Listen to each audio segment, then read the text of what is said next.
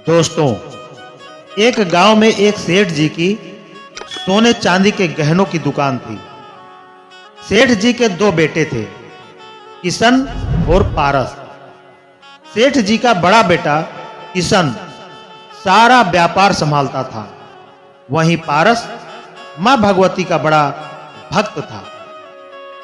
वह सीधे स्वभाव का था, उसकी व्यापार में रुचि नहीं थी, उसका व्यापार में मन नहीं लगता था।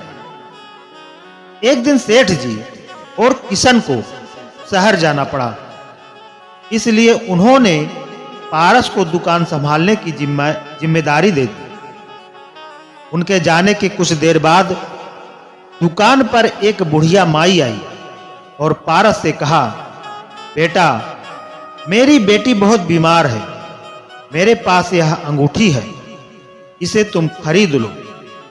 तब पारस ने कुछ रुपए निकालकर बुढ़िया माई को दिए और कहा, इन पैसों से उसका इलाज करवाइए, अगर ज्यादा पैसों की आवश्यकता हो तो मुझे बता देना। इस तरह उसने बिना अंगूठी खरीदे उन्हें रुपए दे दिए। शाम को जब सेठ जी और किशन वापस आए तो पारस ने उन्हें सारी बात बता दी। तब सेठ जी ने कहा, अरे मूर्ख, यही तो हमारा धंधा है।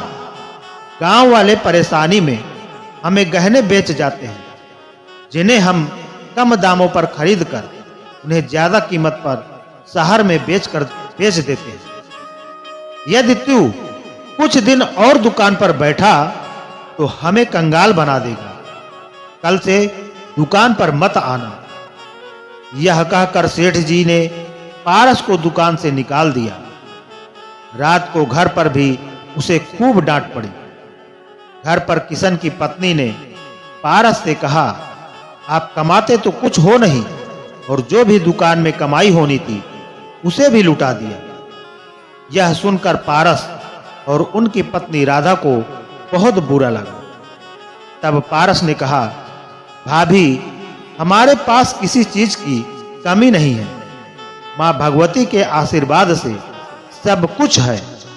हमें तो और ज्यादा लोगों की मदद करनी चाहिए। तभी किशन ने कहा, जब तुम मेहनत से पैसा कमाओ तो उसे गरीबों पर लुटा देना, पर हमारे पैसे पर तुम्हारा कोई हक नहीं। इस घर में खाना मिल जाता है, यही तुम्हारे लिए काफी है। राधा को यह बात बहुत बुरी लगी। दोनों की आंखों में आंसू आ गए। अगले दिन पारस गांव में कहीं जा रहा था, तभी उसे वही बुढ़िया माई मिली। उन्हें देखकर पारस ने उनसे पूछा, माँ जी, आपकी बेटी कैसी है? तब उन्होंने कहा, बेटा, तेरी वजह से मेरी बेटी की जान बच गई। पारस बहुत खुश हुआ। तब बुढ़िया माई ने कहा, बेटा, मेरी मदद करने की वजह से तुझे काफी कुछ सुनना पड़ा। तब पारस ने कहा, माँ जी, यह सब आपको कैसे पता? बुढ़िया माई ने कहा, मुझे सब पता है। इसी कारण तेरे पिता और भाई ने तुझे दुकान से हटा दिया। पर तू चिंता न कर, कल से नवरात्रि आरंभ हो रहे हैं। तुम दोनों पति पत्नी एक लौंग के जोड़े से मां दुर्गा के नवरात्रि के व्रत करो और साथ ही दुर्गा सप्तशती का पाठ करो। इसके पूरे होते ही तुम्हारे सारे बिगड़े काम बन जाएंगे। पारस व राधा ने ऐसा ही किया। उन्होंने नवरात्रों के व्रत आरंभ कर दिए। बिना अन्न ग्रहण किए केवल लौंग के जोड़े से व्रत करने लगे।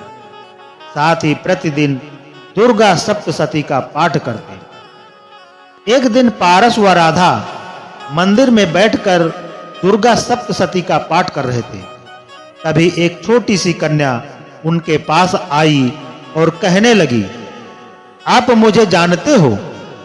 पारस ने कहा, नहीं बेटी, मैं तुम्हें नहीं जानता। तब उस कन्या ने कहा, मैं वही हूं जिसकी आपने पैसे देकर जान बचाई थी। पारस ने माँ जी के बारे में पूछा तो उसने बताया, वह घर पर हैं। मैं तो दुर्गा सप्तशती सुनने आपके पास आई हूं। पारस और राधा को बड़ा आश्चर्य हुआ। एक छोटी सी कन्या दुर्गा सप्तशती सुनने आई है। पारस ने दुर्गा सप्तशती का पाठ आरंभ किया। जब पाठ पूरा हुआ तो वह कन्या एक पोटली पारस को देकर जाने लगी। पारस ने मना किया पर वह नहीं मानी। उसके जाने के बाद पारस ने देखा तो उस पोटली में ज्वार थे। पारस ने उसे रख लिया। अगले दिन भी यही हुआ। वह कन्या आई और दुर्गा सप्तशती का एक अध्याय सुना। उसके बाद एक छोटी सी पोटली देकर चली गई। इसी तरह 8 दिन बीत गए। 8वें दिन जब दुर्गा सप्तशती का पाठ पूरा हुआ तो वह कन्या पोटली देकर जाने लगी। पारस ने कहा, बेटी तुम्हारा घर कहां? हम तुमसे मिलने आएंगे। तब उस कन्या ने कहा, तुम दोनों कल यहीं आ जाना, मैं यहीं मिलूंगी। नवरात्रि के 9वें दिन पारस व राधा ने मां का प्रसाद बनाया, मंदिर जाकर पूजन किया। पूजन करने के बाद दोनों उस कन्या को ढूंढने लगे पर वह कहीं दिखाई नहीं दी। कुछ समय बाद वह दोनों मां भगवती की मूर्ति के सामने खड़े होकर मां का ध्यान करने लगे। तभी उन्हें मां भगवती की मूर्ति में वही बुढ़िया माई दिखाई दी और कुछ देर बाद वह रूप बदलकर उस छोटी सी कन्या के रूप में दिखने लगी। यह देखकर पारस और राधा की आंखों से आंसू बहने लगे। वह मां के चरणों में बैठ गए। सबने उनके रोने का कारण पूछा तो दोनों ने बताया, मां स्वयं उनकी मदद के लिए आई थी। हर दिन कन्या के रूप में दुर्गा सप्तशती सुनती थी और हम उन्हें पहचान भी नहीं सकते। सभी को बहुत आश्चर्य हुआ। मंदिर में मां के जयकारे लगने लगे। पारस और राधा जब घर आए और अपने कमरे में गए तो देखा जो पोटलियों में मां ने उन्हें दी थी उनके सभी ज्वार सोने के बन गए और वे जितना उन्हें निकालते वे उतना ही भर जाती थी। घर वालों को जब पता लगा तो सब ने उनसे माफी मांगी। मां के आशीर्वाद से पारस ने सोने का व्यापार शुरू किया और दिन रात मां की भक्ति करने लगा। इसी क्रम में कंजूस सास की नवरात्रि।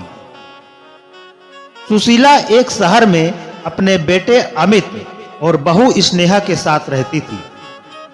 सुशीला का बेटा नौकरी करता था।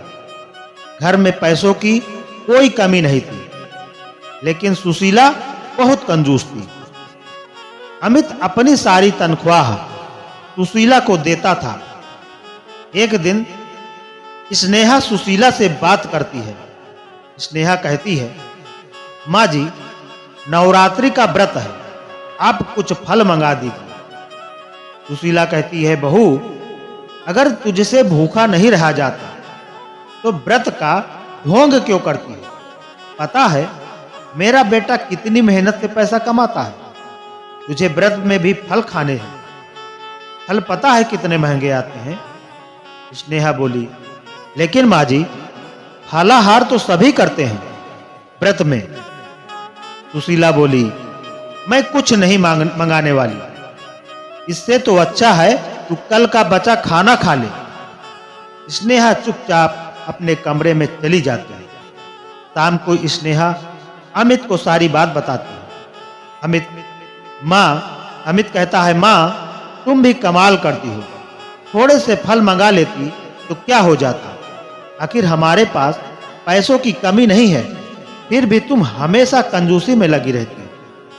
सुशीला कहती है, मैं ही घर छोड़कर चली जाती हूँ, फिर तुम दोनों पैसे लुटाते रहना। यह कहकर सुशीला घर छोड़कर चल देती है। स्नेहा कहती है, माँ जी, रुक जाइए, आप जैसे चाहे वैसे खर्च कीजिए। अमित कहता है, माँ, तुम तो बेकार गुस्सा हो रही हो। मैंने तुम्हें घर से जाने के लिए तो नहीं कहा था। सुशीला बोली, ठीक है, लेकिन इस घर में सब कुछ मेरे हिसाब से चलेगा। 2 दिन बाद स्नेहा सुशीला के पास आती है। कहती है, माँ जी, कल नवमी है, हमें कन्या पूजन करना है। आप मुझे कुछ पैसे दे दीजिए, मैं बाजार से प्रसाद बनाने का सामान ले आती हूँ। सुशीला कहती है, बहू, कन्याओं को खाना खिलाने से क्या होगा? एक काम कर, तू कन्याओं को पूजन करके 2-2 रुपए दे देना। बच्चे हैं, उन्हें बहलाना कौन सा मुश्किल काम है। स्नेहा सुशीला से बहस न करके चुपचाप अपने पैसों से सारा सामान ले आती है। अगले दिन अमित की भी छुट्टी थी। स्नेहा सुबह से ही रसोई में प्रसाद तैयार कर देती है। सुशीला कहती है, बहू, यह रसोई में देसी घी की खुशबू आ रही है, क्या बना रही है देसी घी में? स्नेहा कहती है, माँ जी, हलवा बनाया था। सुशीला कहती है, देसी घी मैं अपने बेटे के लिए लाती हूं और तू हलवा बनाकर खा रही है। स्नेहा कहती है, नहीं माँ जी, कन्या पूजन के लिए बनाया है, अभी पूजा करके कन्याओं को खाना खिलाना है। सुशीला कहती है, मैंने तुझे मना किया था, फिर भी तू सामान ले आई। स्नेहा बोली, माँ जी, मैं अपने पैसों से लाई हूं, आप चिंता ना करें। सुशीला बोली, ठीक है, लेकिन खाना मैं खिलाऊंगी कन्याओं को, तू तो सारा खाना खत्म कर देगी। अमित और स्नेहा सुशीला की बात सुनकर बहुत दुखी होते हैं। वे अपनी मां की कंजूसी की आदत से पहले ही परेशान थे, लेकिन कन्याओं के खाने में कटौती से वे परेशान हो रहे थे। पूरे परिवार ने पूजा की। पूजा के बाद स्नेहा कुछ देर मां दुर्गा के सामने बैठकर प्रार्थना करने लगी। हे देवी मां, हमारी भूल चूक क्षमा करना, मेरी सास का हृदय परिवर्तन कर दो, जिससे वह कंजूसी छोड़ दे। कुछ देर बाद 9 कन्याएं भोजन करने के लिए आ जाती हैं। सुशीला अपने हाथों से सबको खाना परोसती है। वह बहुत कम खाना परोसती है। अमित कहता है, मां, ये तो बहुत कम है, कम से कम कन्याओं को खाना तो ढंग से परोसो। सुशीला बोली, तू चुप रह, अगर किसी कन्या को जरूरत होगी तो मांग लेगी। अमित और स्नेहा चुपचाप खड़े रहकर कन्याओं को खाना खाते देखते हैं। तभी कन्याएं खाना खा लेती हैं। उनमें से एक कन्या अभी खाना खा ही रही थी। कन्या बोली, माँ जी, क्या आपके घर में खाना कम बना है? मुझे तो बहुत भूख लगी है। स्नेहा उसे पूरी और हलवा परोस देती है। सुशीला कहती है, खाना बहुत है, लेकिन बेकार करने के लिए नहीं है, जितना चाहिए उतना ही लेना, झूठा मत छोड़ना। वह कन्या सारा खाना खा जाती है और खाना मांगती है। स्नेहा उसे जितनी बार खाना देती है, वह सारा खाना खा जाती है। देखकर सुशीला परेशान हो जाती है। जब सारा खाना खत्म हो जाता है, तब कन्या कहती है, अभी तो मेरी भूख नहीं मिटी। सुशीला बोली, अभी तो खाना भी खत्म हो गया, लेकिन आप लोगों ने कन्या पूजन किया है, भरपेट भोजन तो कराना पड़ेगा, तभी तो मां अम्बे प्रसन्न होंगी। अगर आपके घर से कन्या भूखी चली गई तो मां रुष्ट हो जाएंगी। स्नेहा जल्दी से दोबारा खाना तैयार करती है। सुशीला कहती है, बहू, मैं तुझे इसीलिए मना किया था, कन्याओं को खाना खिलाने के लिए। अब तो लगता है हमारे घर का सारा राशन खत्म हो जाएगा। कन्या बोली, माँ जी, कंजूसी छोड़कर पूजा किया करो, देवी माँ के प्रसाद में कैसी कंजूसी? सुशीला बोली, चुप रह, चुपचाप खाना खा और अपने घर जा। स्नेहा उसे और खाना लाकर देती है, जिसे खाकर कन्या खड़ी हो जाती है। कन्या कहती है, खाना तो हो गया, लेकिन कन्या को दक्षिणा भी तो दो, कंजूस दादी। सुशीला बोली, हे भगवान, अब इसे पैसे भी चाहिए। तभी अमित उस कन्या को पैसे दे देता है।